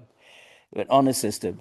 And this is going to be on it. What questions There's going to be a bunch of questions now, and then a little bit later another question. Put them together. You might want to write them down, because these questions are actually the questions we should be asking. Parīkṣit's our mouthpiece. So what is this question? Therefore, with full faith in you, O learned ones, I submit to you this most worthy query. From all those duties that are to be performed by everybody, we all have our dharmas. You've got mother dharma, sister dharma, brother dharma, professional dharma, student dharma, teacher dharma, pet dharma, all those dharmas. From all those, and you had king dharma, you had to run the kingdom. From all those dharmas, right, that are to be formed, let's focus now. Which is the optimum dharma that should be performed specifically by those about to die? What's the dharma then? Because all this other stuff clearly is not helpful. You have to give up all these other dharmas. You're going to die. So you're not going to feed your pet 7 days. You tell your husband to do it or whatever. These dharmas become irrelevant. What is the dharma of one about to die? Think of the way he's framed that question. Why does he frame it like that? Because he's the king. He doesn't know yogi language. And what's the king? Since the king was born, it's been drummed into his head. Dharma, dharma, dharma. You, one day, my son, you will grow up and you will rule the kingdom, and you will rule, and you will make sure that everyone's following their dharma, dharma, dharma, dharma. It's pounding into you from the minute you can understand language if you're a king. Dharma, dharma. So he's framing it in the language he knows. What's the dharma? And the Gita doesn't put it that way. It says, what do you do with the mind at the moment of death? It does, So it's very interesting. So what's the dharma of one about to die? What is the optimum duty that should be performed specifically by those about to die? What do I do? Please give this your full consideration. Now, that's his first question, and he's gonna. Then we take a little detour. At that moment, by chance, the son of Vyasa is the great author of the Mahabharata. He took the one Purāṇa, divided into 12. He compiled the eternal Veda. So he's kind of like this grand. He's actually a partial incarnation of Vishnu, because he really organized. Basically, he organized. Here's how I think of it. He organized transition from the knowledge of the previous yuga, where people could just memorize everything. He didn't have literature. He didn't have writing, by the way. Writing is considered to be a sign of Kali Yuga, and a sign of the memory becoming weak, that you can't remember anymore, so you need a prop. So writing, that we think of as a big step forward in civilization, they think of it as a big step backwards. So Vyasa is basically the one that, given that the age of Kali is arriving, and he sees the symptoms, loss of memory, cheating, propensity to cheat, dishonesty, and he, in order to preserve the sacred knowledge, which previously was oral, he preserved it all in writing. So he took the one Veda, divided it into 4, and some of his disciples are mentioned, or Maharshana. So he must have had a school. If we, I don't see why he couldn't have been a historical person. Remember, I'm in the tradition right now for 2 hours. I'm putting on the hat of the tradition. So we don't say, occasionally we bring in Marx or something just as a point of interest, but our Svādhyāya is going to be conducted within the parameters of traditional way of thinking. And I was very fortunate, because I spent 5 years in India before I went to academe. So I already had my samskaras in place, my traditional ones. And then I went to academe, which of course mess up. Remember the book that was called, the book that was How I Lost God at Harvard Divinity School. This guy went to Harvard Divinity School, and he wrote a book, How I Lost God at the Harvard Divinity School. So fortunately, I did it the other way around and went to India first, thank God. But nonetheless, so we're going to do this traditionally now. So the great Shuka, he's the one that's reciting the whole Bhāgavatam, actually. He happened to arrive there. He was wandering around the earth in the guise of an ascetic renunciate. Notice that, guise. He's walking around in loincloth and dreadlocks, but he's walking around the earth. He doesn't need to sit in a cave and meditate on Bhagavan. But he's walking around to give everyone a chance, anyone he meets, a chance to come up, even just some respectful words, Maharaj, a glass of water, and then he can impart grace. He can give some knowledge. He can plant. All you need is 1 minute with a being like that. 1 minute puts that sanskara in your head. That's all you need. When you read these stories of the gurus in the Puranas, they're not sitting around with their disciples groveling about their feet. Oh, Maharaj, Maharaj, all of it. No, they come for 1 minute. The encounters between the guru and the disciple in the Bhāgavata Purāṇa, they last a minute. Narada typically comes down, gives knowledge, gives the mantra, that's it. But that presence, that samskara is so powerful when it comes out of the mind and the mouth of a pure lover of God. When he gives that mantra or he gives that instruction, it's so powerful that it totally penetrates the heart. And you could have read the same thing 1,000,000 times and just read it and read it and read it. But when you hear that same thing once, it upends your whole life. But typically, the encounters between the guru and disciple, they last a minute. I mean, there's some exceptions, but mostly they're not. You go for instruction. Guruji,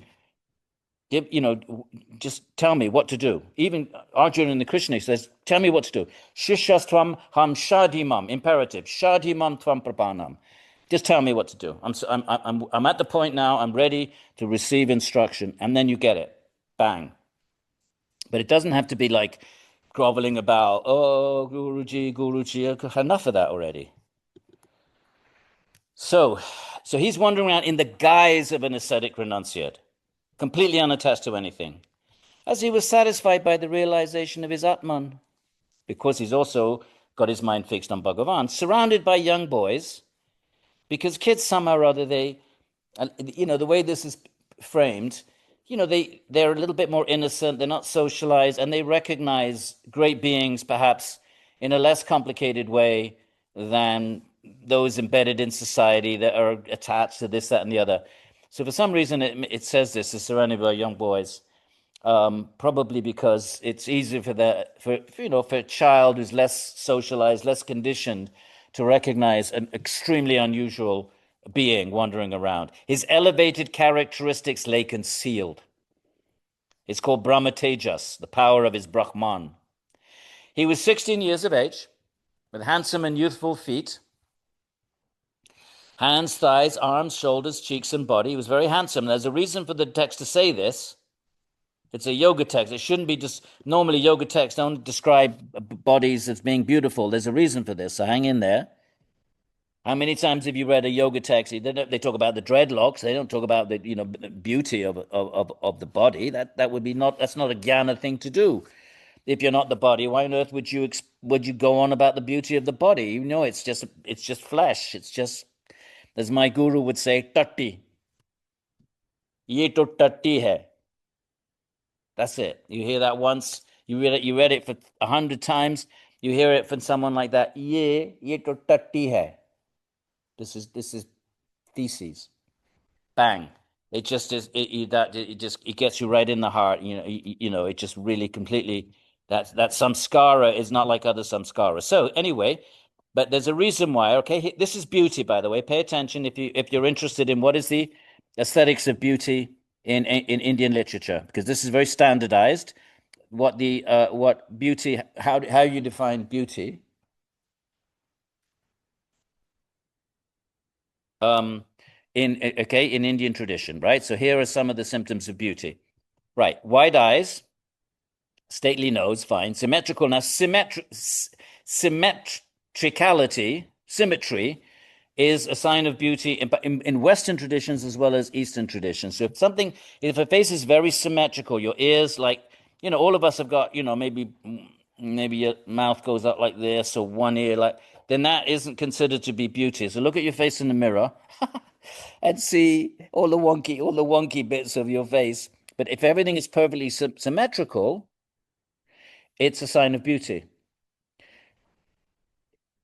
In fact, if you look at some of these models, that do some of these models in like Paris and stuff, if you look at their faces, they actually are very symmetrical. They may not be attractive, but there's a beauty. Beauty doesn't necessarily mean you're attracted to it. It's just an aesthetic perfection, and symmetry is one of the characteristics of that. So symmetrical ears, attractive eyebrows. His fine neck was a conch shell. And if you look at Indian art, you'll often see 3 lines here. The conch shell. So I don't know why, but that's considered to be a sign of beauty, to have 3 conch shell-like lines on your neck, on your throat.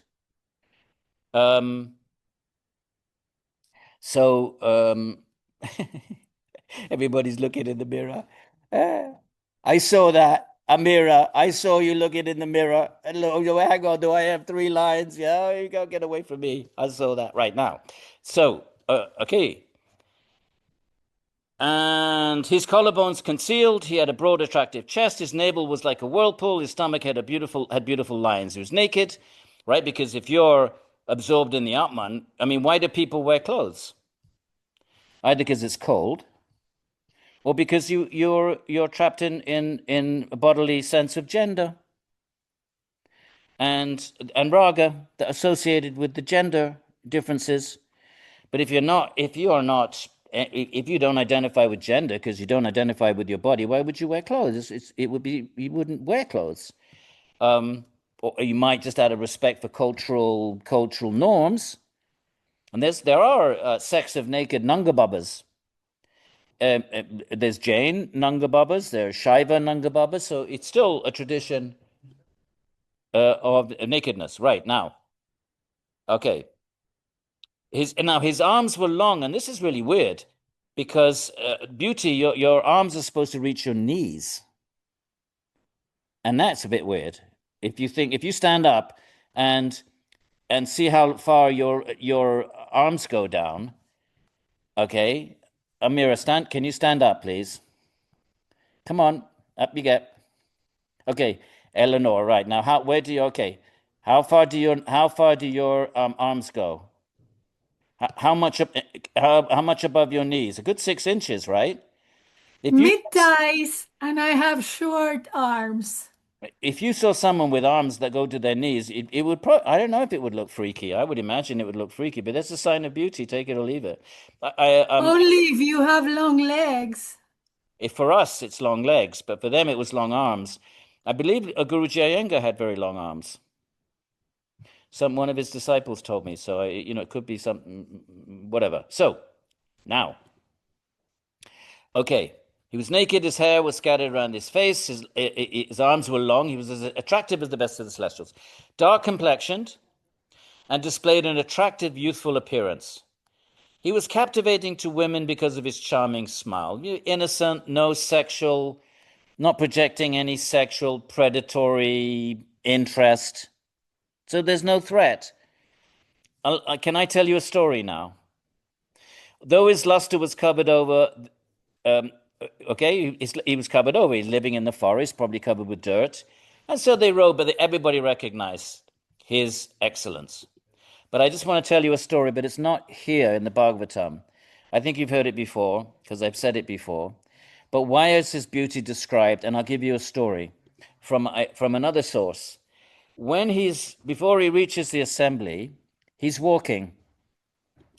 And he passes the river, and in India there are sections of the river that the girls, the ladies, like we have gents and ladies restrooms, right? You don't go. A bloke doesn't go into the ladies. It's just a standard cultural understanding. So there were sections of the river that the ladies went to, and the blokes wouldn't go there. And sections with the men, right? So he doesn't know this. He's wandering about, and he walks along by the river, and this is why it describes how gorgeous he is. And there are these young girls, beautiful young girls, naked in the river, taking bath. And he's gorgeous. So, 16. I mean, you know what you were like when you were a teenager at 16. I don't know about you, but anybody coming out of the counterculture, right? That's a recipe for disaster, right? 16-year-olds naked in the river and this beautiful man. And he walks past. And the girls just, wave, and he keeps wandering on.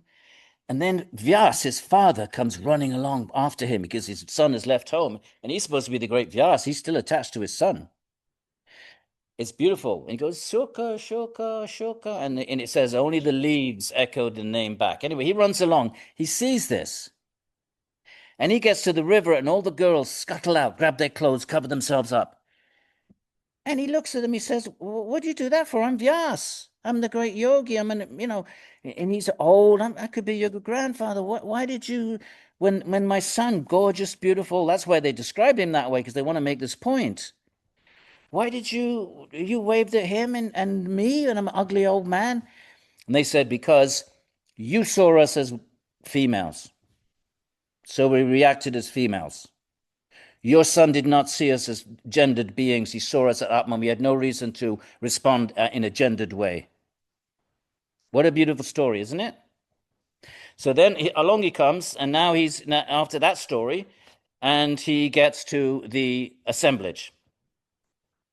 Thereupon, Parīkṣit, beloved of Vishnu, right, he's a bhakta of Vishnu, offered respect by bowing his head to Shuka, who had arrived as an unexpected guest.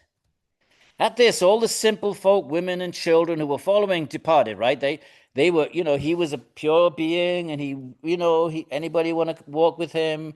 So all the simple, they recognized him. But the minute they saw all these Brahmins and big sages, they're in the company of a lot of ego there as well. I mean, they might have been great beings, but there'd been a lot of ego there, with great gurus with their disciples and all of this. So immediately they felt their caste, they felt their social status and ran away. But they didn't to a real great being. There would be no need for them to. It's the same thing. They reacted in a caste way when they found themselves in a caste-related context.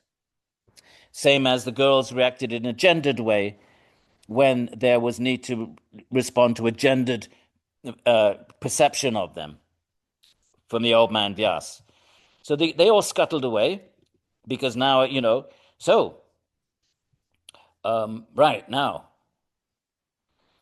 honored in this way, Shuka sat on an elevator. So they gave him an elevated seat. That's called an asana. Surrounded by Brahmana sages, kingly sages, celestial sages, the divine Shuka, a great soul among great souls, shone forth in that place like the moon, surrounded by the multitude of planets, constellations, and stars. Shuka was acutely intelligent, by the way. Just because someone is very simple and humble and almost naive, don't underestimate the power of the intellect. It's not being used in the normal ways. We think of intellectuality as lofty words and philosophy and eloquence. Not necessarily. A great simple Shuka was acutely intelligent. The king, devotee of Vishnu, he keeps repeating that, approached the sage, who was sitting peacefully. Parīkṣit bowed his head to him, attentively offered him respects with joined hands, then inquired from him with joyful words. Parīkṣit said, right now, we want to finish, right, he asked one question so far. Now he's going to extend the one question, okay? What was the one question? Don't peek, no cheating. What question did he, before Shuka came, the other sages were all there. What was Parīkṣit's question? What is the? Karma of one about to die. That was his parting question. Now he's going to ask some other questions to Shuka. Okay, let's see what the questions are. These are questions we should be asking, my friend. This is a role model for us. Take this seriously. It's not a story. It's a spiritual wisdom being transmitted down the ages in the form of these beautiful. Are they true stories, or are they just sort of narrative devices to transmit messages? Well, that's up to you. I take them as true stories. But if that's too much, okay, fine. Then take them as vehicles to impart bhakti. It doesn't matter whether you take them to be historically true or not. I take them to be historically true. But that's just me. But you're not obliged to. If it conflicts with your notion of archaeology and historical linguistics and, human time frames, and your rational mind just can't accept them as historically true, well, then don't then. Accept them as vehicles of imparting information, in this case bhakti. It's not essential to consider them to be historically true. They never, by the way, nowhere in any Purāṇa, 400,000 verses, the 18 Purāṇas, Mahabharata, 100,000 verses, that's 500,000 right there, with all the commentaries, millions and billions and billions. Nowhere does it say, oh, these stories are metaphoric. They're allegories. They're really just vehicles. Never does it say that. So if you make up your own mind how you want to read them, but just know that the tradition has always taken them to be historical. That's what Purāṇa is. Pura. It took place before. Pura is cognate with the English word for. Pura, pa, fa, right? It's a labial. A pa you do with your lips. A fa you do with your lips. Pur, for, before. That's the very meaning of the word Purāṇa. And the word for the epic, the two epics, Ramayana and Mahabharata, is itihasa. Thus it was. Thus it took place. So the very names of the texts claim that they're history. But if your rational mind can't deal with it, and you're really thinking about, well, about the Indus Valley, and what about archaeology, and if it conflicts too much with our modern methods of reconstructing history, then they're fine. When you read the stories, put on your bhakta hat. And when you talk to academics, and put on your academic hat. You can play around like that.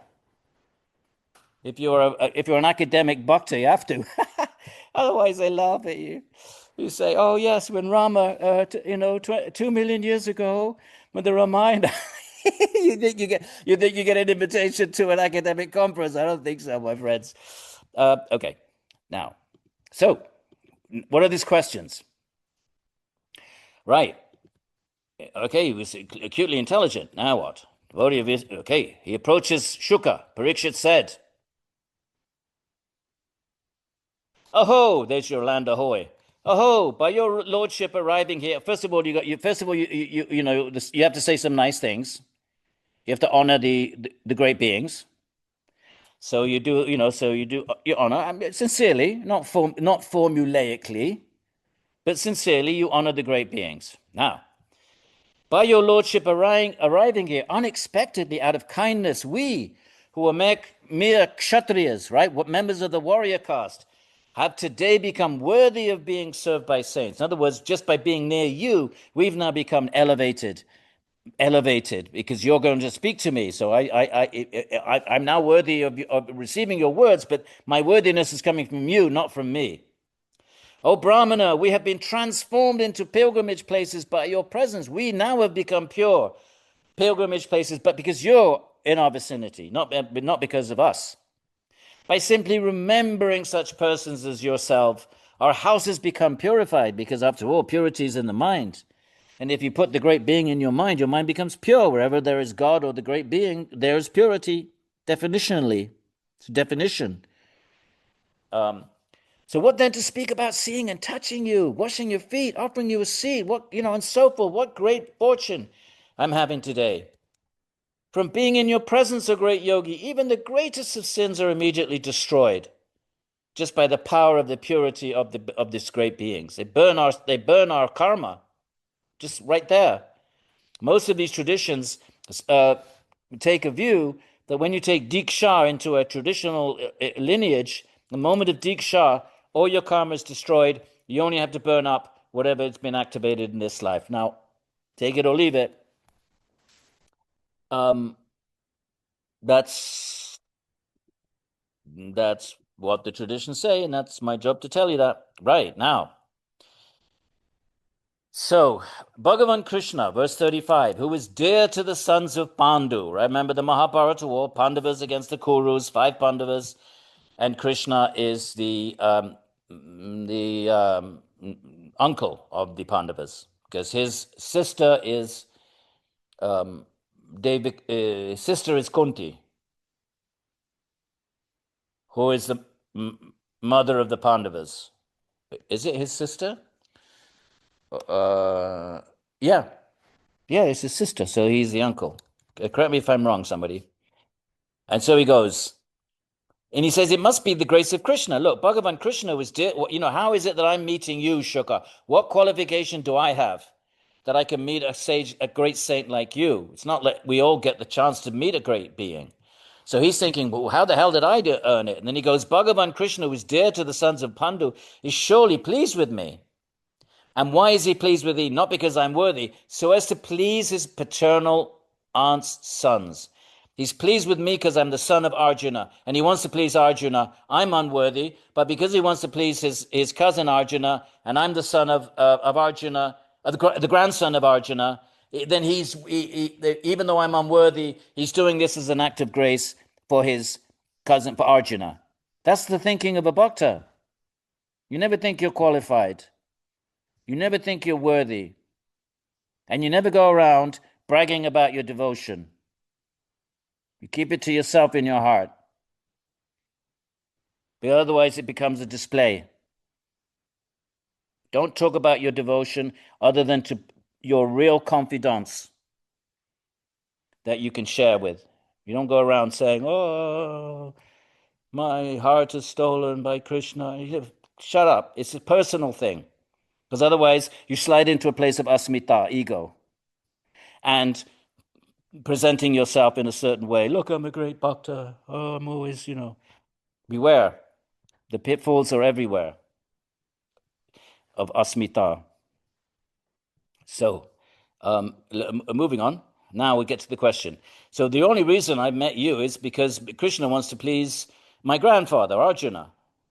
So he has accepted the descendants of the lineage, and because I'm a descendant of the lineage, then I'm just fortunate to be born in the lineage. But really, I'm not worthy. It's to please Arjuna. Otherwise, how is it possible for me to be blessed by seeing you? Who am I that I get a chance to meet a being like you? You are perfect and compassionate, but your ways are concealed to humankind. The great beings don't go around displaying, projecting their advancement. Anyone that does that, my friends, red light. You go around projecting yourself as a great being, or you allow your disciples to go running around. Oh, our guru is this, that, and the other. Red light. Not okay. Asmita. How many times do we need to get ripped off before we get the message? Bhakti is in the heart, my friends. Not out there, not in the high street, putting on a big show. Now then. Okay, so you're perfectly compassionate, but your ways are concealed to humankind. Keep that in mind. Keep your devotion and your yogic to yourself. Other than, as I said, real, true, time-tested confidants, and you'll be lucky to have more. You'll be lucky to have 3 in this world.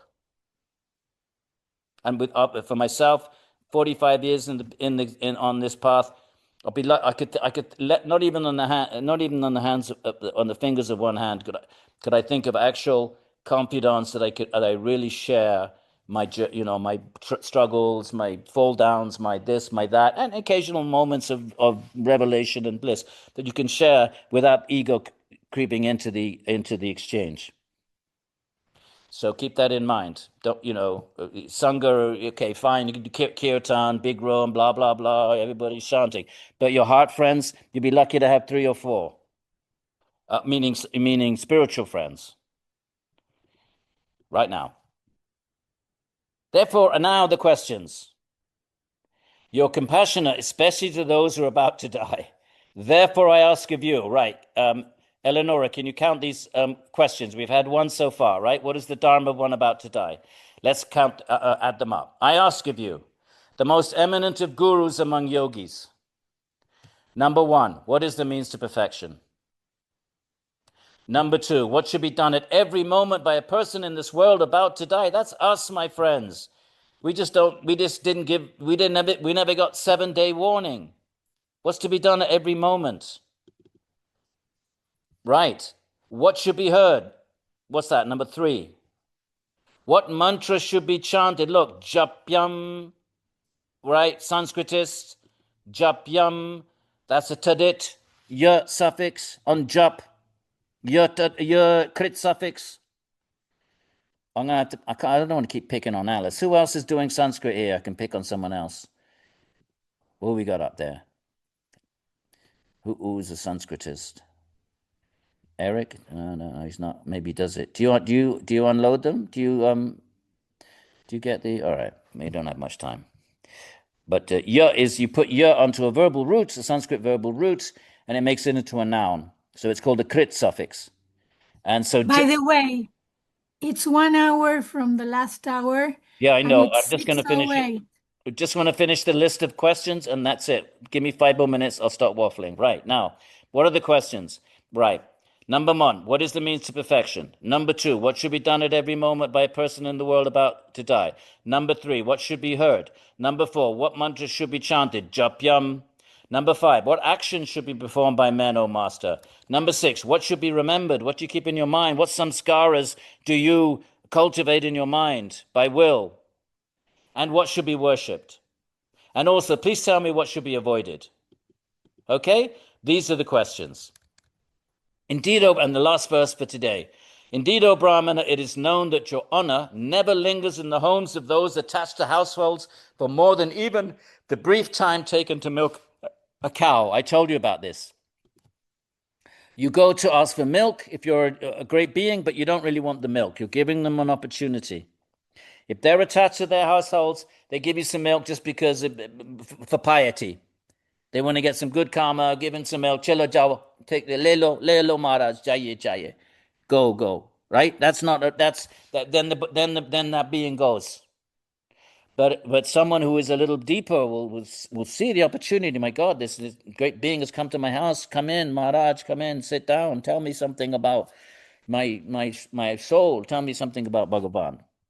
Okay, but otherwise the great being does not linger. Not interested in opulent houses and all marble, this, that, and the other. Only interested in exchange of truth and devotion. Okay, my friends. So there we are, and we're over time. So I will take. Why don't we do 10 minutes of questions at the beginning of next class? Or I can take some questions. I don't mind. You, any questions? I don't mind staying a little bit. Otherwise, we'll go 10, 9, 8, 7, 6, 5, 4, 3, 2, 1. Gone. Okay, my friends. I just you can log off. I'm just going to quickly check the chats in case there's anything I need to know about. It's not the theory, it's the practice. Yes. Thank you. Chats.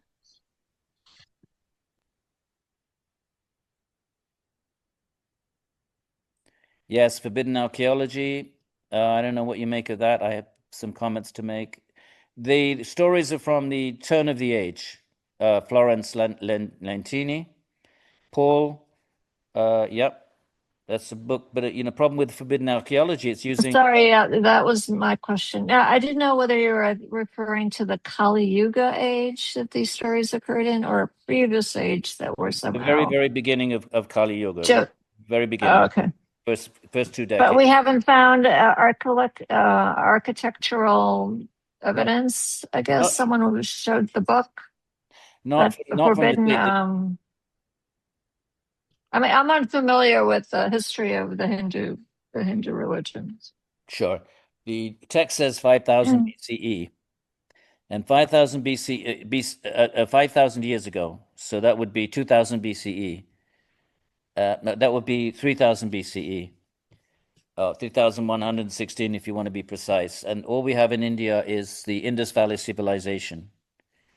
And if you want to try to connect that, you'd have a really hard time to try to connect that with the narrative of the Mahabharata. Not impossible, but so far that connection doesn't seem is not being made. I appreciate it. I have one more question. Sorry, I just remembered this. Nona is telling us Kunti and Vasudeva siblings. Excellent. Yes, go ahead. Sorry, you mentioned the Indo-European and Hindu similar deities. There was an article that you mentioned? Yeah. It's an academic art. Could someone maybe share that with the group? I'd love to read it. I mean, it's not something that is. I'd have to. I have it somewhere. Either in Princeton or in the UK. Oh, okay. I can give you the Impossible. name. I can give you. No, might be able to download it from his website. Nicholas. If you Okay. type in Nicholas Kazantzas, Indo-European. Somebody do it now. If you have a minute, would someone kindly type it? Or you can do it, Florence. Nicholas. Yeah, I'm trying to. Yeah. Okay. Sorry. Kazantzas. And then put in Indo-European. And then if his web page comes up, I think he has his articles all on his web page. I put it in the chat what I found on Amazon quickly.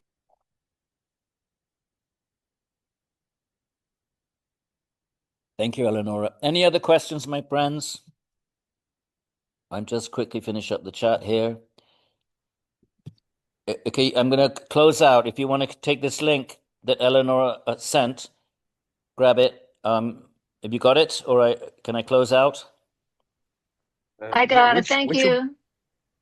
Which Upanishad you had mentioned made a distinction between biological Brahmins and Brahman knowing Brahmins? I've never heard that, so I was just curious. My understanding was the Bhagavad Gita was the first distinction. It's to right say there. that. It's right there in the Upanishads. I'm trying to think. I think it's probably the On Brihad. the last meeting, you said Chandogya or Chandogya. Hridayaranyaka. Brihad. It's either the Those are the Brihad or two the biggest Chandogya. ones. Yeah, the biggest ones. I mean, we read it pretty, Satyakama. Okay, Satyakama is being sent by his father. No, his son comes back from Gurukula. He's all proud. Chandogya. Chandogya, he's proud. He's been away 12 years in Gurukula. He's learned all of it. And then the father, who's a yogi, it's the same thing. Father's a real yogi brahmana, and the kid is a punk upstart, just like in this story. So that's a recurring motif.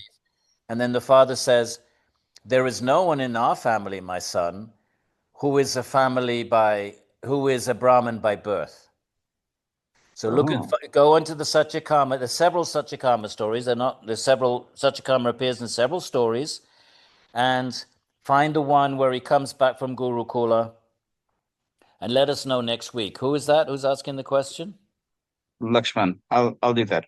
Yeah, if you want to just find it, easily found. Just look in the back in the index, and find Satyakama, and there's going to be 4 or 5 stories, and just look at them until you find the one where he comes back from Gurukul, and it says all swell-headed. It says it. Yeah. All proud and and swell-headed. Okay, any great. other Thank you. questions, my friends? What are we going to do now? Jai Shri Shri Radhe Shyam. Got to get you ready for Brindavan. Florence, we're going to get When is the trip? We're going to get you ready. Now you got to go to Jai Shri Radhe. Oh, I don't think I could travel to All right. India. No, But no, thank Radhe. you. You can It still sounds like fun, though. we can still do Radhe Shyam. Have a great evening, everybody. Okay, bye-bye. Thank you, Edwin. Thank you Bye. very much. Thank you.